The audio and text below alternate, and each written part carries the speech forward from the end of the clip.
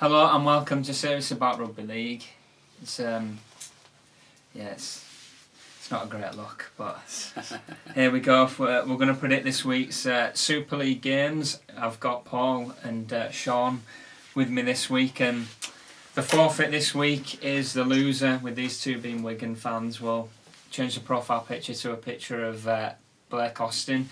We did try and get Sean here to change it to a St Helens player, but he point blank refused after his episode the other week. When he lost the bet the other week, he had to wear a St Helens shirt. He's now been removed from every Wigan group and his friends are no longer talking to him. So anyway, we'll crack on. We're going to start off on Thursday night, and a very big game for Huddersfield, who are in free fall at the moment. Paul, they go to Salford. Can you see them picking up a win?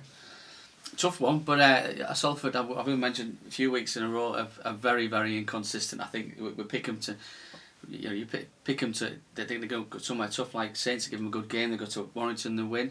I think they lost to Hull KR at Magic Weekend. I think the handicap's 80. I think it'll be closer than that.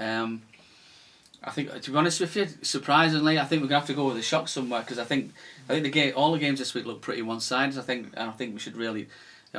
We end up picking the same teams for all six who went for the favourites. So I'm gonna go for a shock here. I think Huddersfield might just target this game, just due to how inconsistent Salford can be. There's obviously a bit of negativity now with Jackson Hastings. Pretty much, I don't think it's not been confirmed that yet. That's literally by the clubs, but it seems to be taken for granted that he is going to Wigan now. Yeah. I think Griffin's going to Castleford. Yeah. We're all waiting on a George Williams announcement. Really. I think that's probably what it is. But I mean, there's definitely no smoke without fire. I mean, fairly certain Hastings. So just a little bit of negativity at Salford, and I'd like to say Huddersfield are on a nightmare run. Ben called it a few weeks ago. Fair play to him, that they were in trouble before. I think we started to realise just how much trouble they were in. They got murdered by Wigan, but I do think they might just target. I think there could be a shock here. I fancy Huddersfield. Agree. I gotta say, you're saying we need to go for a shot to try differentiate. Yeah, the same shot. I've seen a lot of Huddersfield, and I'm going on Thursday night. And if you rewind to the Cass game, which is the first game that I went to watch Huddersfield's independently, and they were exceptional against Castleford, and they were really, really unfortunate. It was one individual error late on that took it to a golden point, and then they couldn't quite get over the line. And if they can find that kind of form against a Salford team, I've got no doubts that they can go and win the game. It's differentiating between that Huddersfield team and the Huddersfield team that we're seeing play against Saints and Wigan, who have just been annihilated through the middle. And obviously Huddersfield have got a lot of injuries, and their injury list is as bad as anybody's in the league, and nobody talks about that. They'll talk about Hull's injuries, they'll talk about Castleford's injuries, but we won't talk about Huddersfield's injuries. Huddersfield are struggling a lot. They've got most of the outside backs injured, and the backup backs to them are injured. Leroy Cudjoe came back last week, but it's his first game for 10 months. You can't expect him to be straight back into it. They really, really need Jerry McGilvray back. They could do with Uerta being back as well. If maybe even Wardle to freshen up the back row. But I think Huddersfield should put in a performance against Salford, and I think this is their chance to sort of separate themselves from this group that at the bottom. So I'm going to go for Huddersfield as well. Just going for the same there. I hope these next matches are dealt with a bit quicker, because this shirt's itching me now. But on Friday, a massive game at the Jungle. I think they're all big games this week. Castleford against Leeds now. A morale boosting win for the Rhinos against Catalans, and Castleford got a big win against London on Sunday. Can you see Leeds going there and getting anything? Yeah, I'll be honest with you, and not to sound too disrespectful to Castleford, I don't think they're all that this season. I think Castleford have scraped through results that they should have won comfortably, and they just found themselves in the position they're in. I think Leeds probably are the better team on paper, and I think Leeds have started to put it together. I think Robert Louis is a massive sign, and I think Leeds win this game. Interesting, Paul. Well, I'm not one for past records. I have to be honest. I mean, like I say, you've got, but Leeds record at the Jungle is. I mean, it's awful, isn't it? It's a massive game for Castleford. The old town's up for it when Leeds come. But it's, what Leeds' record at Castlefort's nothing to do with Trent Merrin, but I do think there's something about this. Leeds always seem to underperform at the Jungle. Well, at least we are going to disagree somewhere here. I do fancy Castleford. I think Leeds look all right to me now. I think Louis is a massive signing. I think, and a much maligned character, Richie Myler. I think we're going to finally see something from him now. I think there's so much pressure on him. He seems to be the only guy trying to create everything. But now the responsibility's been shared. I think we might see a lot more from Myler in the next few weeks. But maybe it's not this.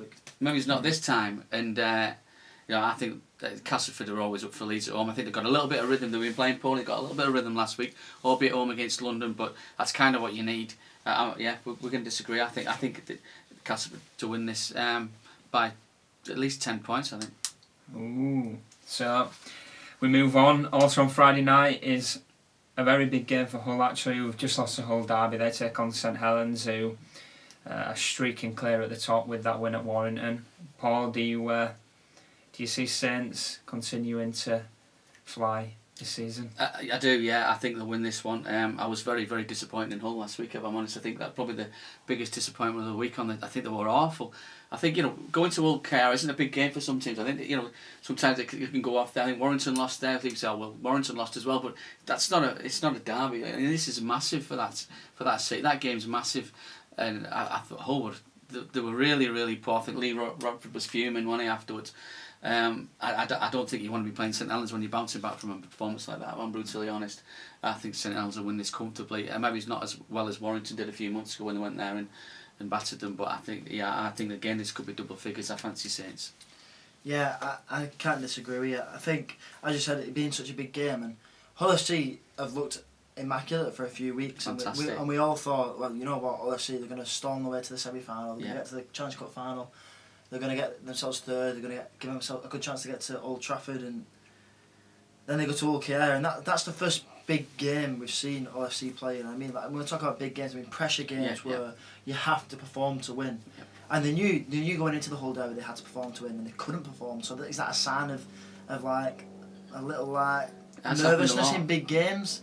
This game's probably not as big given that Saints are miles ahead, but Saints won't be going into it thinking, oh well, we can dawdle.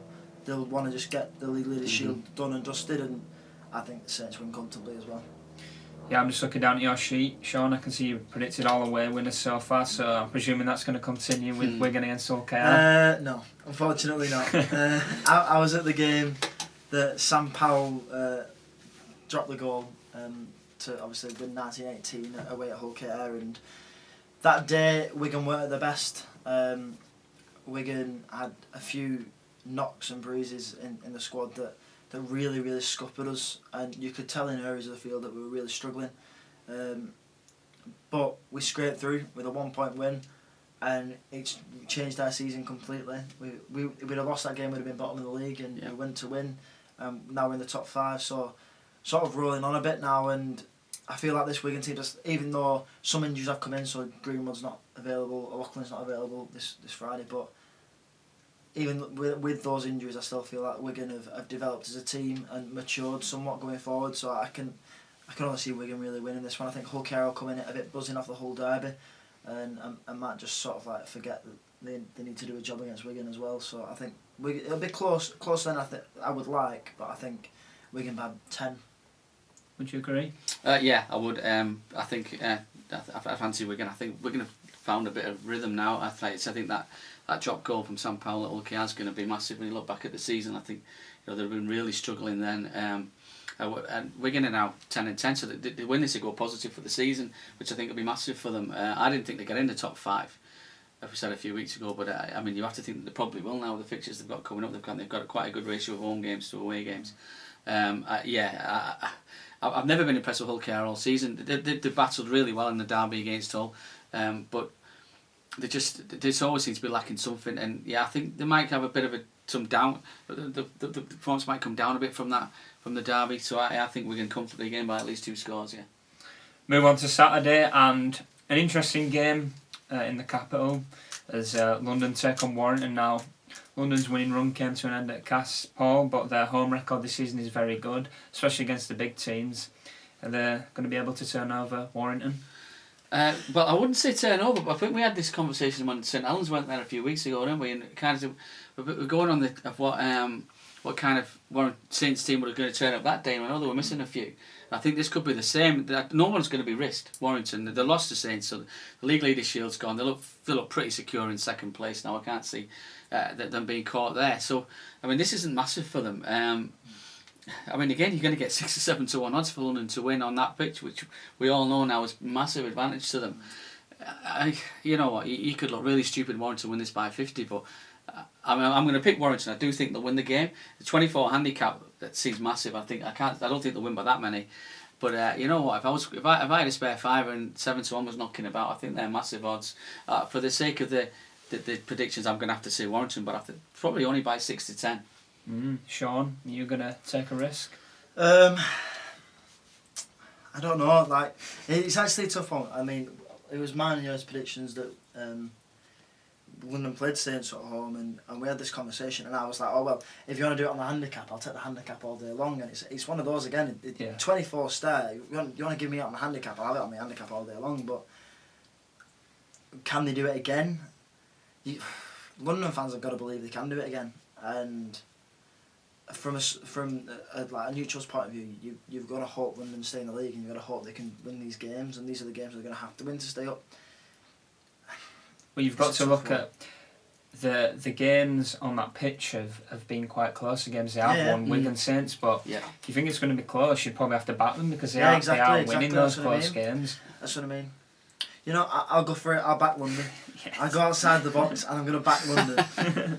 And I'm going to regret it instantly on Saturday morning when they go 30 points down in 20 minutes. Right, so the final game, since you've both predicted 2 games differently, we'll predict the outright winners, and if you predict the same winner, we'll go on the handicap, which is Catalans against Wakefield. Now, Wakefield getting 6 starting this one. I'll come to you first, actually, Sean. Firstly, who do you think will win the game, and who are you going to back on the handicap? Okay, so these are the 2 massively out of form teams. Wakefield came away with a win against Huddersfield, but Huddersfield look even worse than these 2 teams. You want to believe the French factor is going to be a difference in this game. The fact that Catalan have it at home and Wakefield are struggling, but Wakefield's momentum going into this game could help them get over the line.